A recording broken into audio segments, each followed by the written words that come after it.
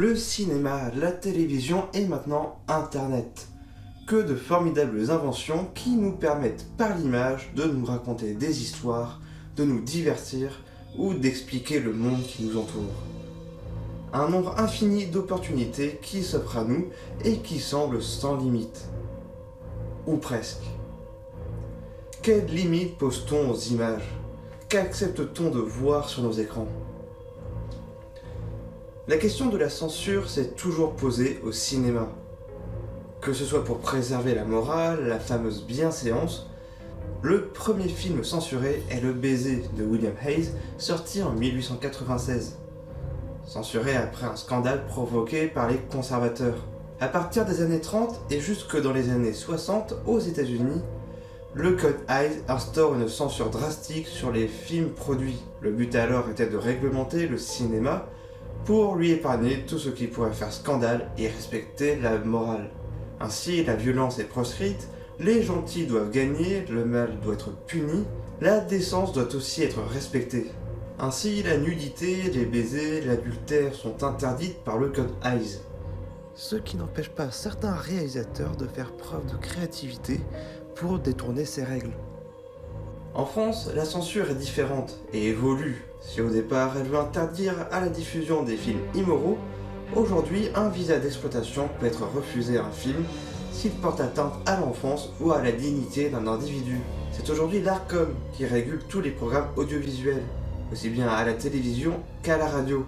Pour le cinéma, c'est la commission de classification des œuvres cinématographiques qui peut recommander l'interdiction d'un film, mais qui peut aussi avertir le public à propos du film, notamment grâce à ces petits logos que l'on connaît tous.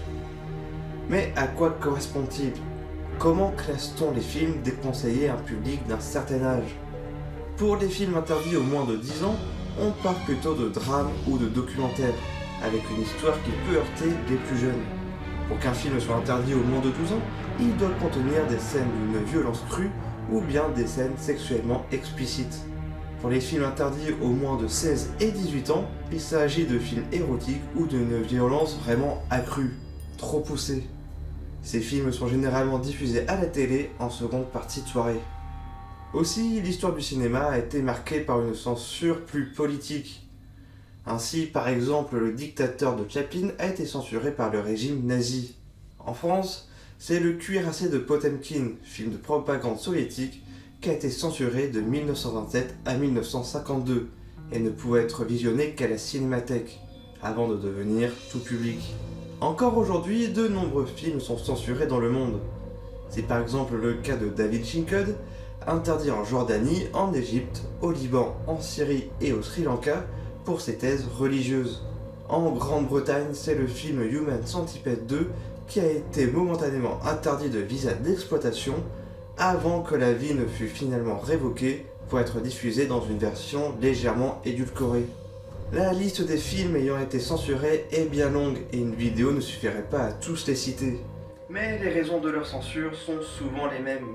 Entre différents politiques ou religieux, il s'agit surtout de préserver une forme morale.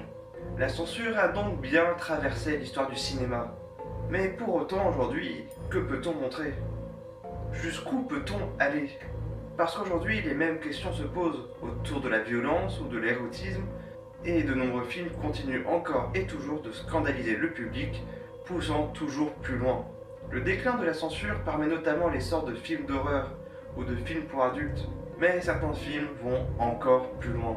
On peut par exemple citer Pink Flamingos de John Waters. Le Code Hays, abrogé en 1966, est encore dans les esprits, et la liberté nouvelle gagnée par les cinéastes pousse à réfléchir sur ce qui est montrable à l'écran. On se retrouve alors avec un film glauque à souhait qui suit le conflit entre deux familles, souhaitant obtenir le titre de personne la plus dégoûtante du monde.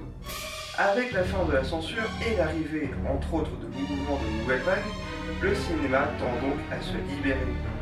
Certains sujets considérés comme tabous sont alors mis à l'honneur et une mise en scène plus crue et plus violente se développe.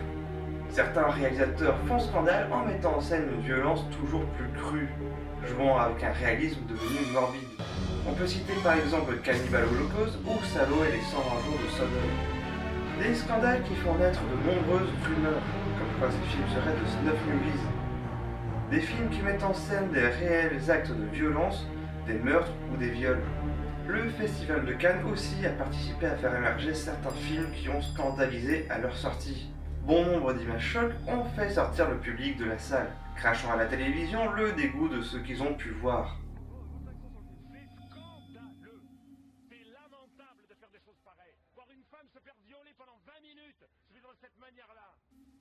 Le Festival de Cannes, d'ailleurs, s'est aussi démarqué pour avoir récompensé d'une palme d'or le documentaire 911 de Michael Moore. Véritable plaidoyer politique anti-George Bush, alors président des États-Unis. Mais du côté de la télévision, comment ça se passe? Les émissions ont-elles également tous les droits? Évidemment, chaque émission doit respecter la loi, notamment vis-à-vis du droit à l'image, à la vie privée, mais aussi de la déontologie journalistique, régie en France par la Charte de Munich, qui met en avant des droits et des devoirs du journaliste. Mais qu'en est-il des images chocs? Des images de guerre ou d'accidents? Comment trouver le juste équilibre avec le droit à l'information? Depuis 2013, le CSA recommande vivement d'éviter toute diffusion complaisante d'images violentes. Un avertissement est également diffusé, notamment pour le public jeune et sensible. Mais quid des émissions de divertissement? L'arrivée et la popularisation de la télé-réalité et de talk-show ont soulevé de nombreuses questions sur ce qui est montrable à l'écran ou non.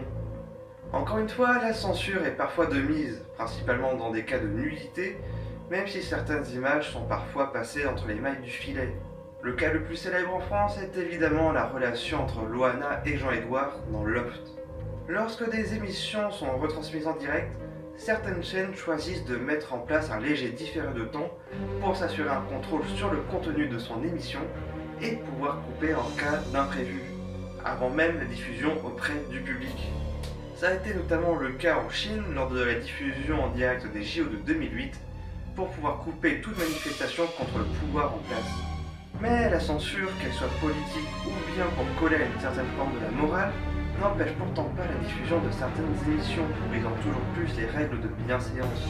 Entre jeux de survie, participation d'enfants, émissions poussant toujours plus loin la psychologie des participants, la télévision est parfois allée toujours plus loin pour créer de l'audimat.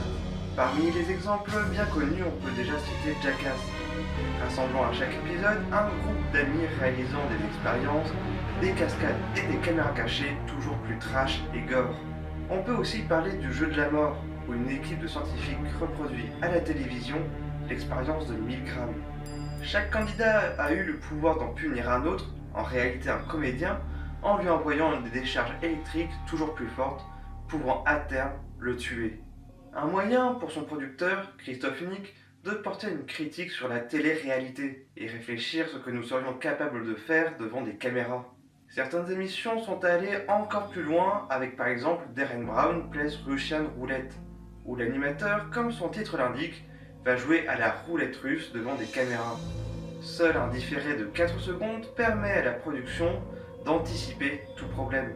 Du côté des émissions éducatives, on peut parler d'Anatomy for Beginners, émission à visée scientifique où deux professeurs viennent devant un public et des caméras nous apprendre l'anatomie en disséquant de véritables cadavres humains.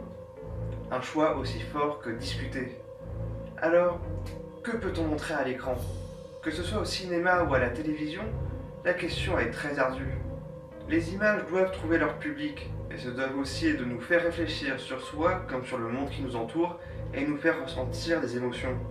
Aujourd'hui, plus que jamais, on sait que les images nous influencent. Mais réfléchir à l'impact des images sur soi nous aide à mieux les appréhender, à prendre du recul sur ce qu'ils veulent nous dire. Aussi est-il bien de se demander que sommes-nous prêts à regarder ?